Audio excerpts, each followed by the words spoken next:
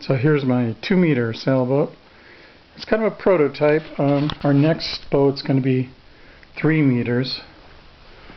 This rudder is about 12 inches long.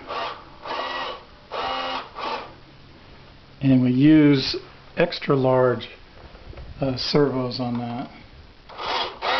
I think they're called quarter scale. And there's the sail winch. It's a standard sail winch.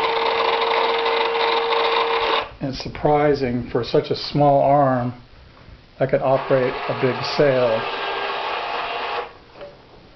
So the next boat's going to be a 10-foot long hulls. There'll only be 2. This has 3.